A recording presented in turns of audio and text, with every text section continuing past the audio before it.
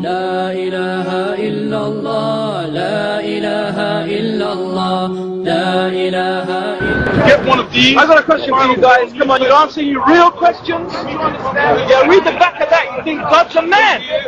And you tell people to use their mind. What, God and went to the loo and poo-pooed and breathed.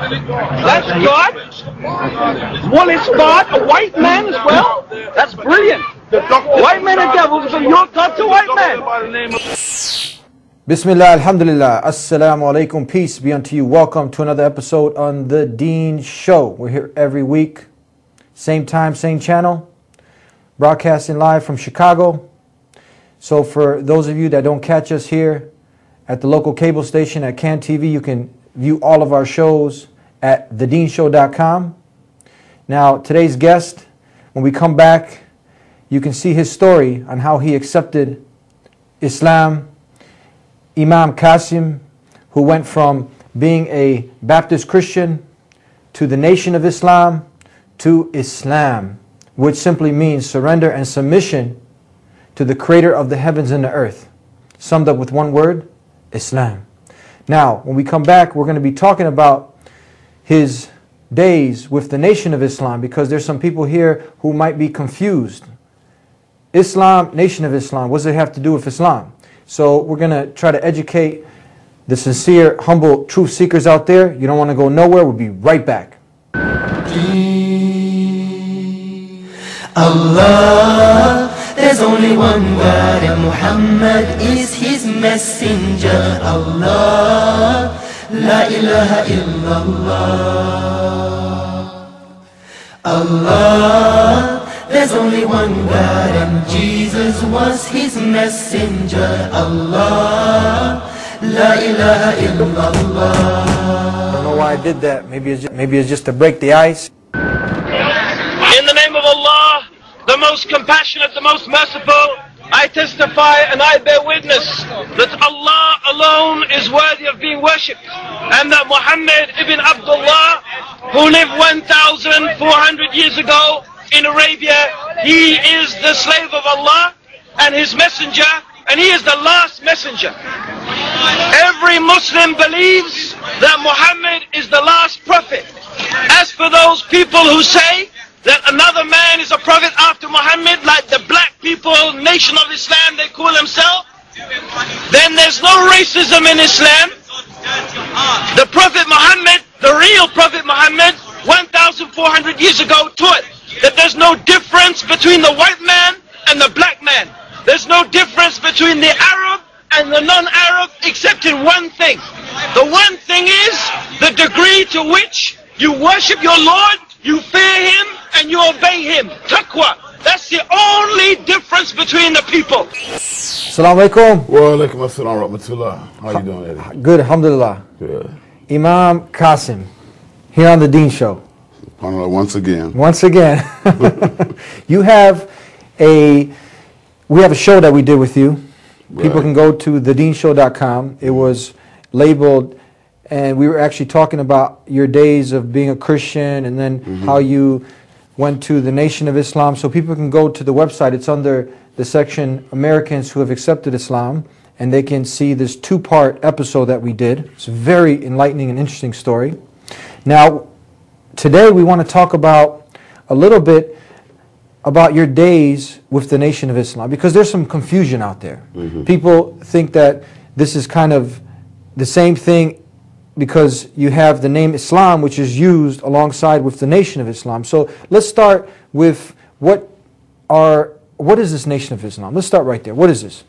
Well, it's easier for me to talk about what it was than what it is now, because I'm not connected with it now, and a lot of the brothers who I know personally now, they're a part of the Nation of Islam. Most of them weren't part of the original Nation of Islam. So I'm not. So I like to talk about what it was, because I was part of what it was. Okay, so when you were part of it back then, what was it? And you were actually, if I might say, you were a minister. Right. Yes. Okay. Yes. The Nation of Islam actually was an organization that was set up with more or less a nationalistic base. Actually, there was a strategy that I learned later was a strategy by Elijah Muhammad to stop the African American or black people, whatever names we want to call them, from blundering themselves with the immorality and getting caught up in many of the vices that had become popular here in America. And so the Nation of Islam, although it appeared at the outset as being a religion, it actually was a way to make the African American or black people focus on themselves and focus on improving themselves and improving their outlook and raise a level of self-respect for themselves.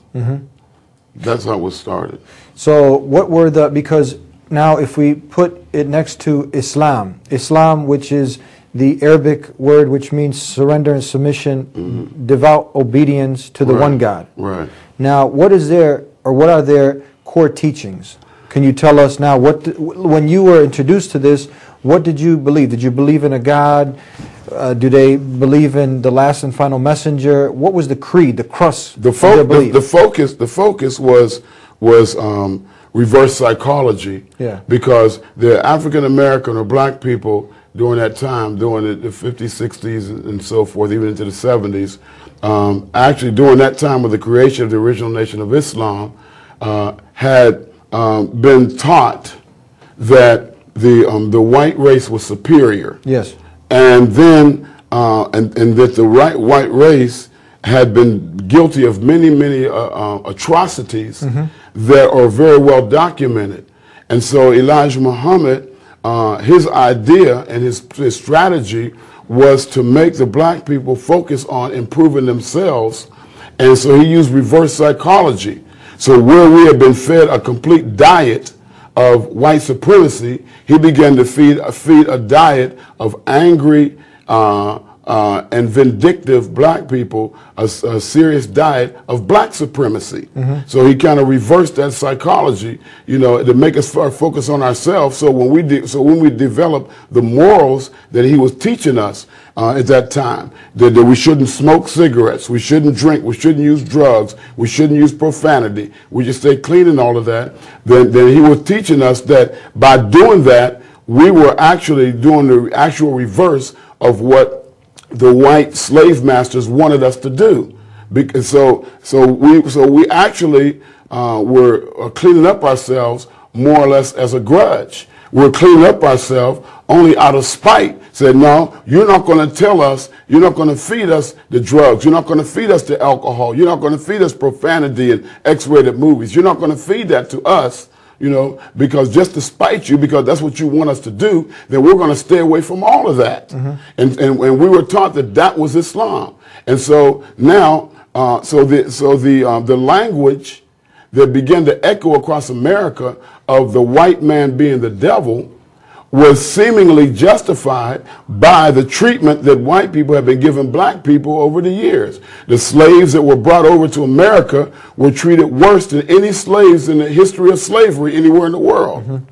The slaves who were brought over to America were not only robbed of their freedom, they were robbed of their name, robbed of their culture. So it was easy to tell these people who had been experiencing all of this, with all of the lynchings and rapes and murders and things that have been going on in America, it was easy to convince a country full of angry black people that the white man was the devil, because only a devil would do the things that had been done. So it was easy for him to feed us that and give it any kind of title. So we didn't try to challenge any research that may have been done or may have not been done by Elijah Muhammad. When he gave what he taught us, the title Islam, we just accepted that. Okay, this must be Islam.